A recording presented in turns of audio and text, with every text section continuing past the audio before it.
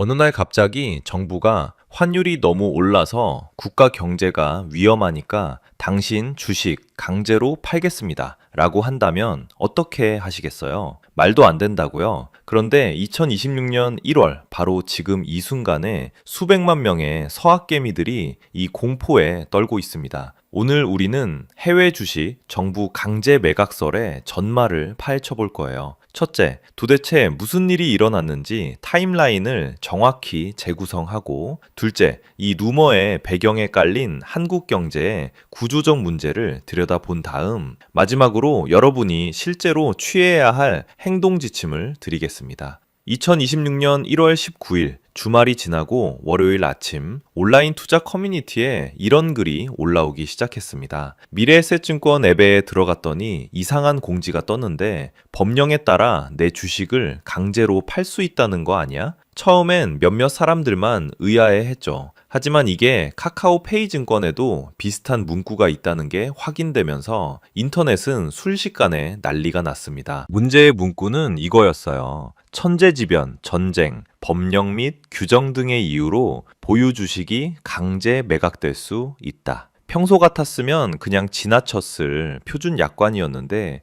왜 하필 이때 폭발했을까요? 타이밍이 최악이었거든요. 바로 그 주에 원달러 환율이 1,480원을 돌파했습니다. 1998년 외환 위기 이후 최고치예요. 집값으로 치면 강남 아파트가 평당 1억 원을 넘어선 거나 마찬가지죠. 여기에 더 기름을 부은 게 있었어요. 트럼프 대통령이 그린란드를 사겠다고 덴마크를 압박하면서 유럽 8개국에 관세를 때리겠다고 선언한 겁니다. 세계 경제가 혼란에 빠지니까 달러가 더 강해지는 거예요. 마치 태풍이 오면 사람들이 튼튼한 건물로 몰리는 것처럼 위기가 오면 돈은 미국 달러로 몰립니다. 그러니 원화 가치는 더 떨어지고 환율은 더 오르는 악순환이죠. 그래서 실제로 정부가 내 주식을 뺏을 수 있나요? 결론부터 말씀드릴게요. 그 약관은 오해였습니다. 증권사들이 황급히 나서서 해명했어요. 그 법령 및 규정이라는 게 한국법이 아니라 투자 대상 국가, 그러니까 미국이나 중국 같은 곳의 현지 법령을 말하는 겁니다.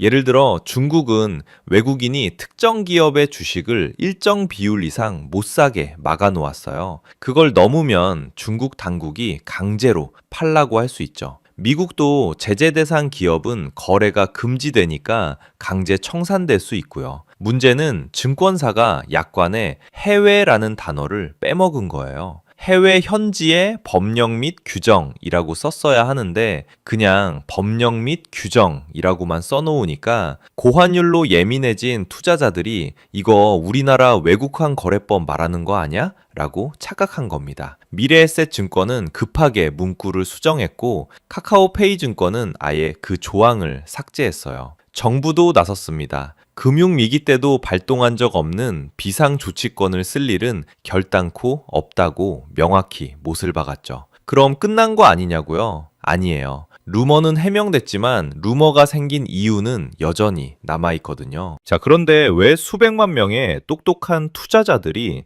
이런 황당한 루머를 믿었을까요? 그건 한국 경제가 지금 정말 이상한 상황이기 때문이에요. 2025년 1월부터 11월까지 한국의 경상수지 흑자가 얼마였는지 아세요? 무려 1,018억 달러입니다. 우리나라 역사상 최대 기록이에요. 쉽게 말하면 우리가 해외에 물건 팔고 번 돈이 사온 것보다 약 150조 원이나 많다는 뜻이죠. 그럼 돈이 넘쳐나는데 환율이 왜 올라요? 여기가 바로 함정입니다. 경상수지는 흑자인데 자본수지는 적자거든요. 무슨 말이냐면 삼성전자가 반도체 팔아서 달러를 벌어오는 속도보다 일반 국민들이 미국 주식 사느라 달러를 빼가는 속도가 더 빠르다는 거예요. 마치 집에 월급은 들어오는데 자녀가 유학 가서 쓰는 돈이 더 많은 상황인 셈이죠. 숫자를 보면 정말 놀랍습니다. 2026년 1월 현재 한국인이 보유한 미국 주식이 약 1,700억 달러, 우리 돈으로 250조 원이에요. 250조 원이 어느 정도냐면 현대자동차 시가총액의 4배가 넘습니다.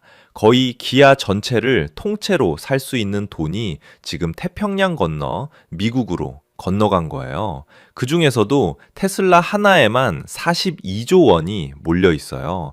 엔비디아에 24조, 알파벳에도 수십조가 들어갔죠. 왜 이렇게 됐을까요? 답은 간단합니다. 수익률 때문이에요. 지난 10년간 미국 S&P 500 지수는 매년 평균 10%에서 13% 올랐어요. 그런데 코스피는 어땠나요? 2000에서 2500 사이를 왔다 갔다 하는 이른바 박스피 신세였죠. 1억 원을 10년 넣어뒀다고 칩시다. 미국에 넣으면 2억 5천이 되는데 한국에 넣으면 1억 3천도 안 돼요. 이 격차를 보고도 한국 주식에 투자하라고 하는 게 오히려 이상한 거 아닐까요? 그래서 정부는 뭘 하고 있나요? 정부도 이 문제를 모르는 게 아닙니다. 2025년 8월부터 증권사들을 불러서 해외 주식 마케팅 좀 그만하라고 압박했어요. 미국 주식 사면 수수료 제로 이런 광고 내지 말라는 거죠. 그리고 투자자들한테 위험성을 제대로 알리라고도 했습니다. 실제로 2025년 8월 기준으로 해외 주식 계좌의 49.3% 그러니까 절반 가까이가 손실을 보고 있었거든요.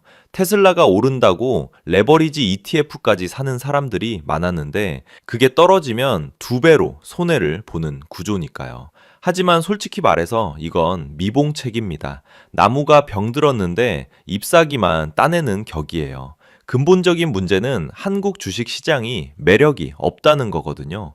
똑같이 1억 원을 투자하는데 10년 뒤에 한쪽은 2억 5천이 되고 한쪽은 1억 3천이 되면 누가 봐도 답은 정해진 거 아닙니까? 그렇다고 정부가 여러분 미국 주식 사지 마세요 라고 강제할 수도 없어요. 외국환 거래법 제6조라는 게 있긴 합니다. 국가 경제에 중대한 위기가 오면 정부가 국민의 외화 자산을 통제할 수 있다는 조항이죠. 그런데 이걸 실제로 발동하는 순간 한국은 국제 금융시장에서 퇴출당합니다. OECD 가입국이 자본 이동을 막는다는 건 마치 식당이 우리 가게는 현금만 받습니다 라고 선언하는 거나 마찬가지예요. 손님들이 다 도망가죠. 그래서 1997년 IMF 때도 안 쓴 카드입니다. 자, 이쯤 되면 여러분 머릿속에 이런 질문이 떠오를 겁니다. 그래서 나는 미국 주식 계속 들고 있어도 돼? 아니면 팔아야 돼? 정답을 드리자면 상황을 지켜보되 패닉에 빠지지는 마세요. 첫 번째로 기억하실 건 정부가 여러분 주식을 강제로 판다는 건 현실적으로 불가능하다는 겁니다. 그 주식들은 미국 예탁기관에 보관돼 있어요. 한국 정부가 미국 법원에 가서 우리 국민 주식 팔아주세요 라고 할 수도 없고 설사 그런다 해도 미국이 들어줄 리 없죠. 국제법상 관할권이 없습니다. 두 번째, 환율이 1,500원을 넘어서 1,600원까지 간다면 어떻게 될까요? 그때는 좀 다른 얘기가 됩니다. 정부가 주식을 직접 빼앗지는 못해도 해외 송금 한도를 줄인다거나 증권사의 외화 유동성 규제를 강화한다거나 하는 간접적인 방법을 쓸 수 있거든요. 마치 고속도로를 막지는 못해도 톨게이트 요금을 올릴 수는 있는 것처럼요.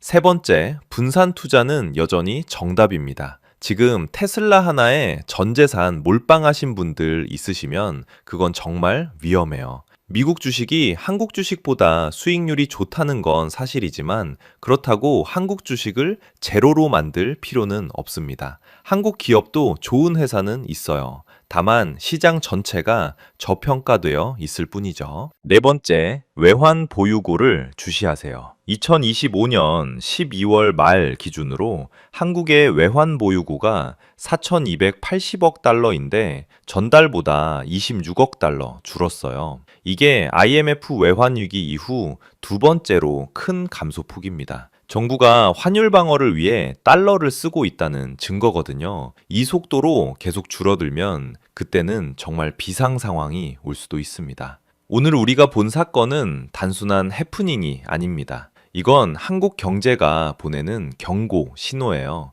250조 원이라는 천문학적인 돈이 해외로 빠져나간 건 그만큼 많은 사람들이 한국의 미래보다 미국의 미래에 베팅하고 있다는 뜻이거든요. 루머는 거짓이었지만 루머를 믿게 만든 불안은 진짜입니다. 정부는 기업들이 주주에게 더 많이 돌려주도록 압박하고 있고 상법 개정으로 주주 권리를 강화하려고 하고 있어요. 하지만 이런 제도 개선만으로는 부족합니다. 근본적으로 한국 기업들이 더 혁신하고 더 성장해야 투자자들이 돌아옵니다. 지금 이 순간 여러분께 필요한 건 공포도 아니고 낙관도 아닙니다.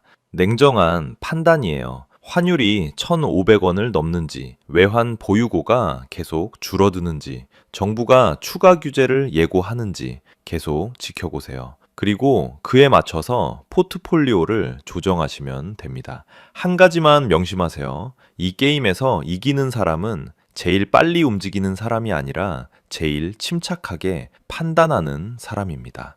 오늘 영상이 여러분의 판단에 도움이 되셨다면 보통의 경제학 구독, 좋아요 부탁드립니다. 감사합니다.